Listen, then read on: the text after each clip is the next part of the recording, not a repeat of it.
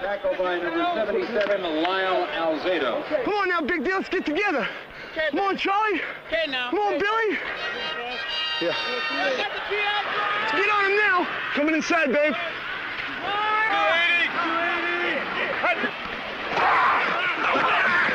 280.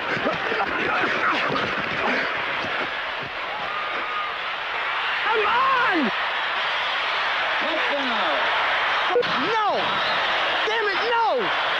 Little Kite completes the Broncos to the touchdown.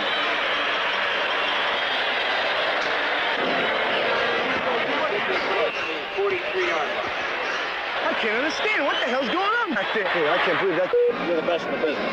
I'm sincere about that. What's going on back there, Butch? What happened? I can't understand it. Left line! Bobby! Come on, bring it back! I can't understand. It all comes with experience, you know? It was unbelievable, as Lyle Alzado and the Denver Broncos saw 1971 become a nightmare of broken dreams. And now proud men must take a painful walk back to the beginning. I can't believe it.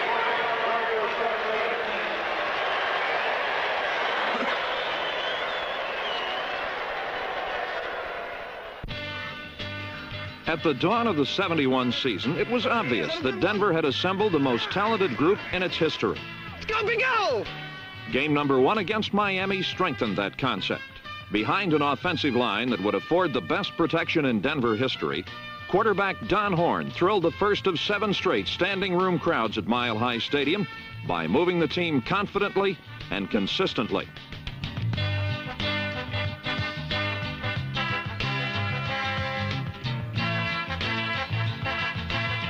Bobby Anderson, number 11, and first-year Bronco Jack Gerke, number 40, gave Denver's offense some versatility that was lacking in recent years.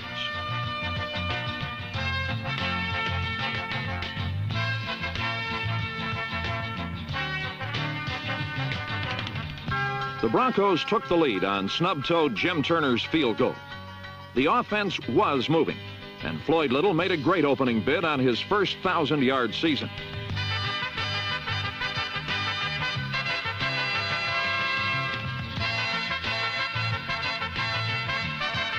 Even so, Jim Turner barely missed 2 others, and the Broncos could only score 1 touchdown.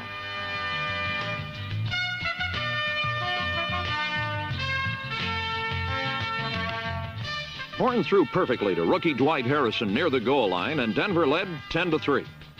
Although the Dolphins tied the game on a late pass to Paul Warfield, the 10-10 tie was a good beginning against a title-contending team. One of the Broncos' perennial weaknesses has been the lack of consistently effective quarterbacking. At the beginning of the season, Don Horn looked as if he would be the provider. In Game 2 against the Packers, Don was carrying over his success against Miami. Melding the bursts of Floyd Little with accurate passes, the Broncos finessed their way to the Packers' 6-yard line.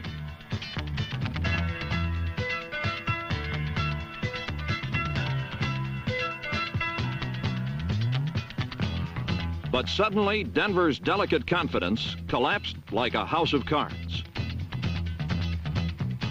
Interceptions and other mistakes turned the game's momentum permanently into the hands of the Packers, and the Broncos were trumped, 34-13.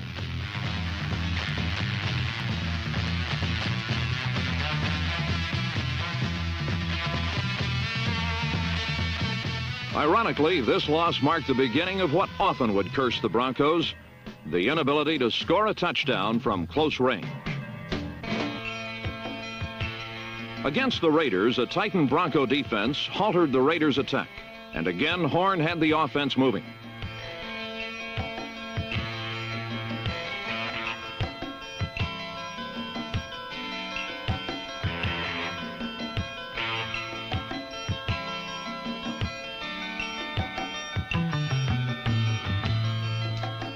For lack of one more block, Floyd was stopped at the 9, and Denver settled for a field goal.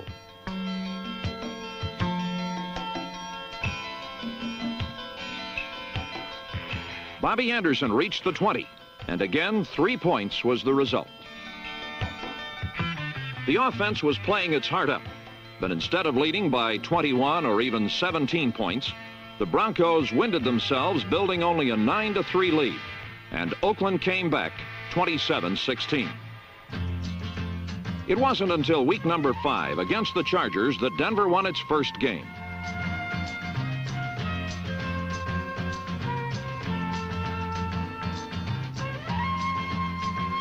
Jack Gerke recovered a fumble at the 3-yard line, and Bobby Anderson plunged in for a lead Denver never relinquished. Confidence is one of the great intangibles of pro football, and with Jim Turner's 49-yard line drive scoring for them again, Denver began to generate an aura of what a good football team is.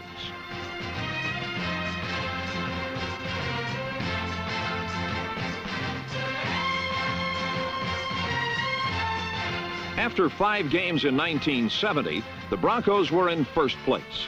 And although playing just as well in 1971, they were tied for last.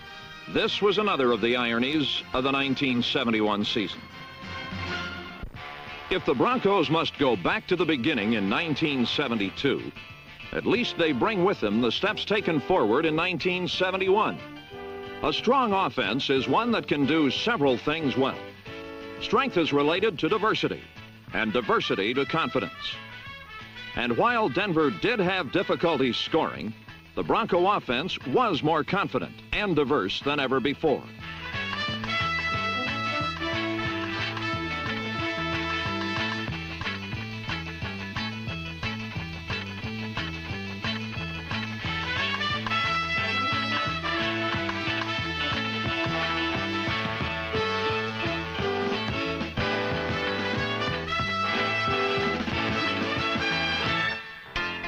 What hurt the Broncos in 1971 was the costly turnover at the wrong time, the frustration of being at victory's doorstep, but unable to pass through. The Bronco offense did take several steps forward during the year. The next one must be from field goals to touchdowns. In order to take that step, the Broncos must remain healthy. Quarterback Don Horn and center Larry Kaminsky were lost for half the season. You need it right? Be able to go back in? I don't know. If I can, if I have to. Guard Mike Schnitker and others were continually nagged, and the bitter taste of defeat choked the strong and drained even the young. These realities put considerable pressure on Denver's premier defense, and they responded. Hey, Stan? 25 yards, first down. Stan? 25-yard line. Stan, do you think we could use I could use a 48 text changeable? You know, all he's doing is coming way out like this on me. I'm gonna call the next I know I could beat him. Okay, babe. We're working on it. They're gonna hold him. They gotta hold. They can't stop us, babe. That's it. Let's go. Intercepted by Rick Redmond. Come on, come on. Come on, babe. 50, weak dog Willie. Okay, babe. Rob, 280, 280.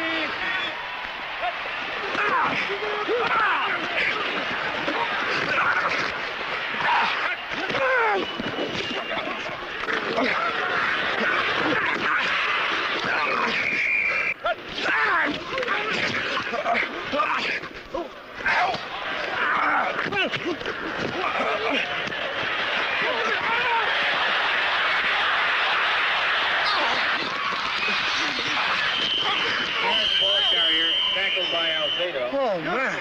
4 locks, man. Come on, 4 locks.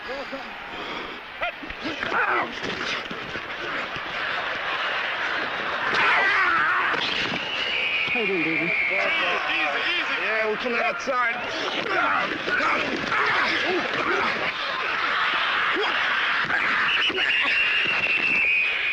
Rookie Lyle Alzado became 1/4 of Denver's stellar defensive line when a preseason injury sidelined Pete Duranko for the year.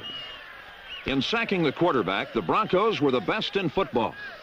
And in terms of the best, there is Rich Jackson, number 87.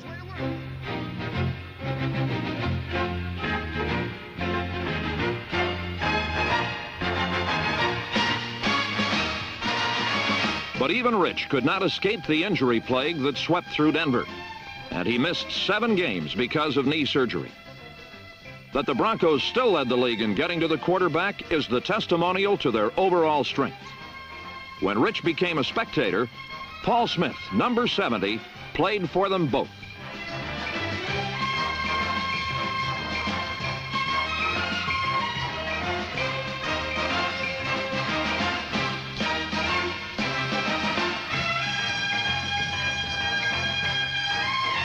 Because of injuries, Paul and Dave Costa, number 63, played 4 positions between them.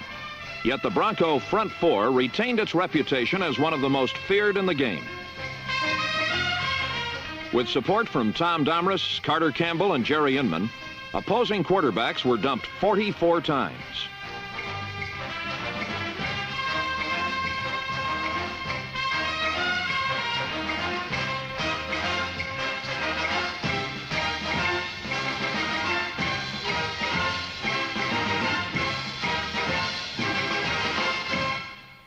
Against the Bears, the offense again had difficulty scoring. Fortunately, the frontline defenders trapped Bobby Douglas a season-high 9 times. Denver won by holding Chicago to minus 7 yards passing.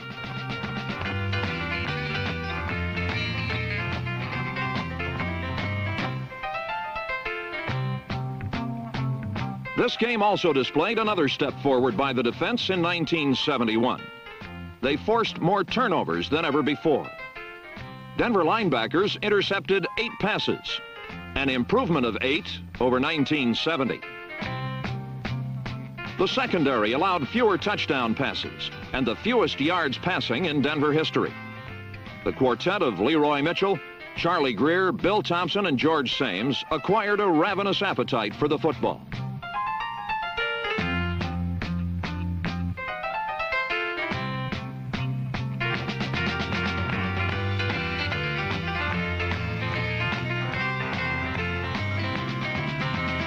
In forcing 40 turnovers, the defense was directly contributing to one of pro football's greatest performances of the 1971 season. Way to go, Floyd! Come on, Floyd. Come on, baby. Come on, Floyd. Come on, Floyd. That's it, Floyd! Way to go, Floyd! Way to work, Floyd! On the preceding play, Floyd Little became the first player in the NFL this year to gain 1,000 yards. Go, Floyd! To gain over 1,000 yards rushing is the golden accomplishment of a runner in pro football.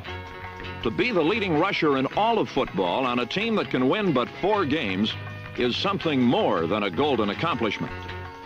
Floyd Little's collaboration with Laren Jackson, Mike Current, George Gedicke, Mike Schnitker, and Roger Scholes was a giant step forward for the Bronco football program. Although snubbed by the All-Pro selectors, Floyd is all-world to all Denver, and out of this world to empty-handed tacklers.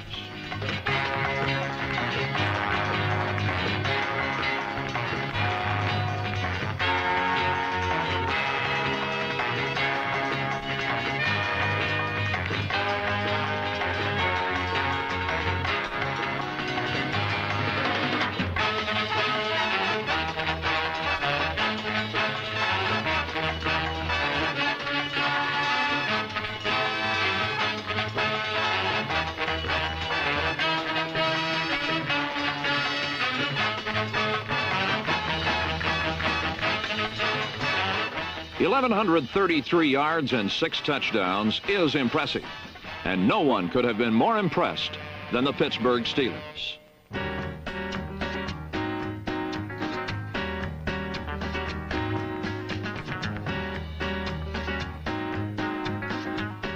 Floyd's splendid performance made a success of quarterback Steve Ramsey's second start as a professional.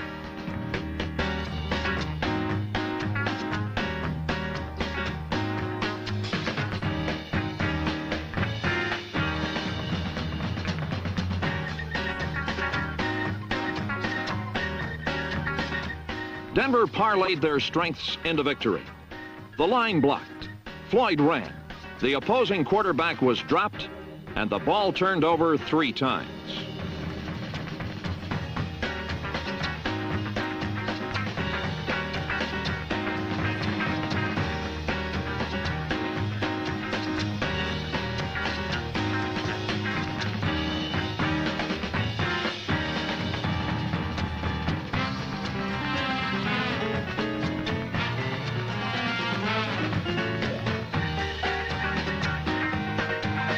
The difference in winning this game 22-10 was that the Broncos scored when they had to.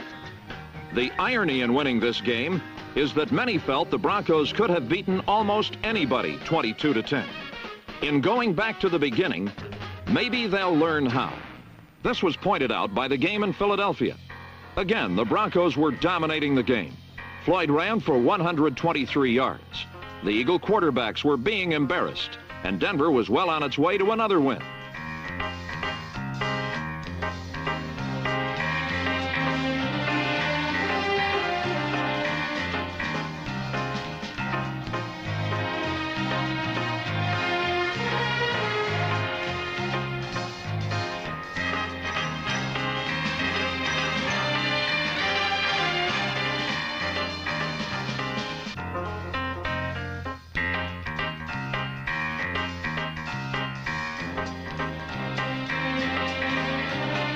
However, these fine performances were spoiled when a pair of lapses allowed the Eagles 2 cheap touchdowns.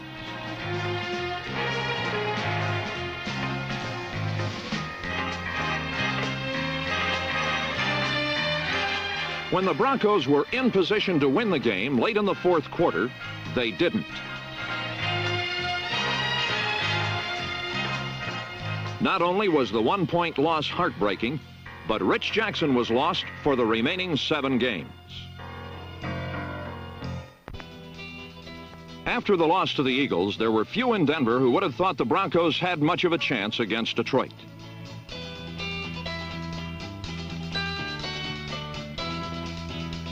But with number 79 Carter Campbell filling in for Rich Jackson, the defense didn't miss a beat.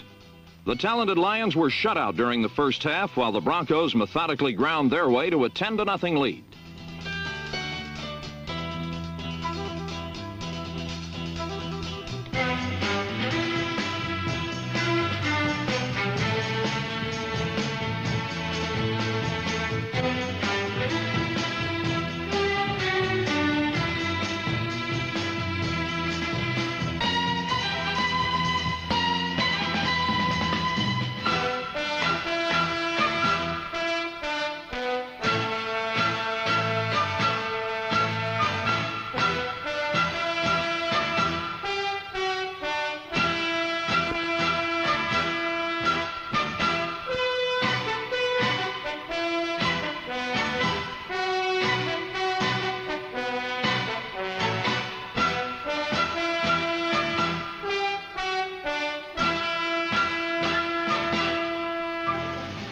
It was quite a half for the Broncos, and the disbelieving Denverites saw that their team could rebound from bitter disappointment.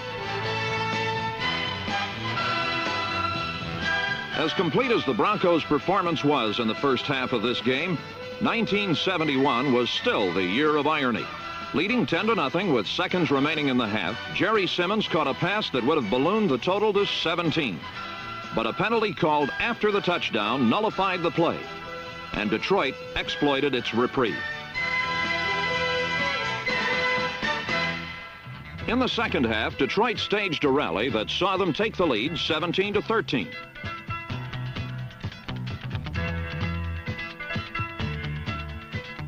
But Denver scored again on a run by Bobby Anderson with 10 minutes left in the game.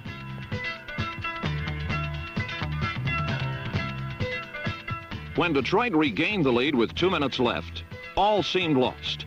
But it was a poised Bronco offense that saved the clock while covering 60 yards.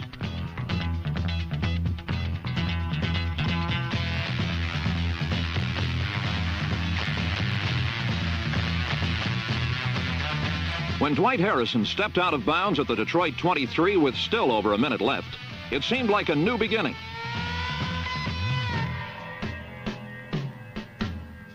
Instead, a fumbled snap turned it into an all too familiar ending. But in spite of all the frustration and defeat, the beginning of 1972 includes the memory of one perfect performance. As one might expect, there was irony even in perfection. In Cleveland, on the same field where he was an all-pro linebacker, Coach Lou Saban would score his greatest yet last victory as head coach of the Denver Broncos.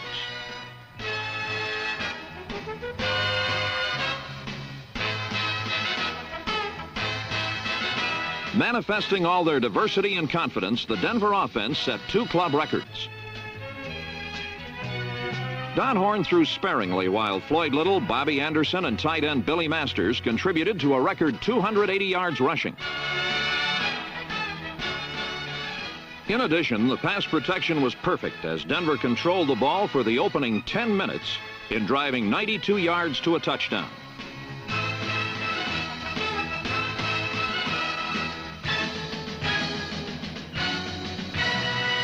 Defensively, the Broncos were magnificent, handing Cleveland its first shutout in 20 years. The defenders set 3 team records while holding the Browns to 60 yards in total offense.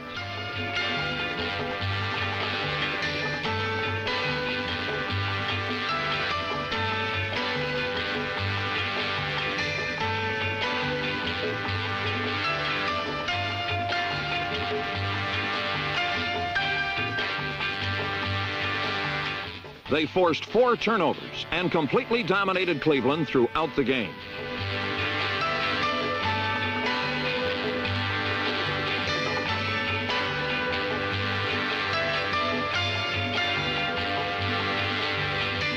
Floyd Little himself outgained Cleveland's vaunted rushing offense 113 yards to 24. And Denver was on its way to a smashing 27-0 victory.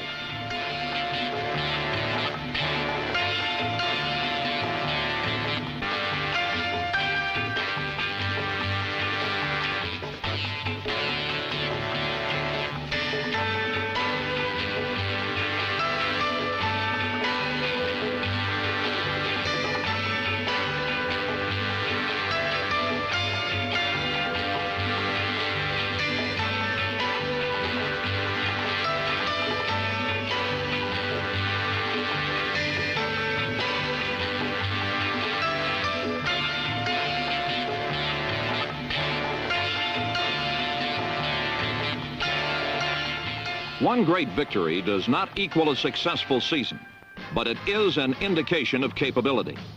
In his 5 seasons as head coach, Lou Saban brought the Broncos up from the doormat of defeat to the threshold of consistent victory. The process is unfinished, although infinitely more complete than 5 years ago.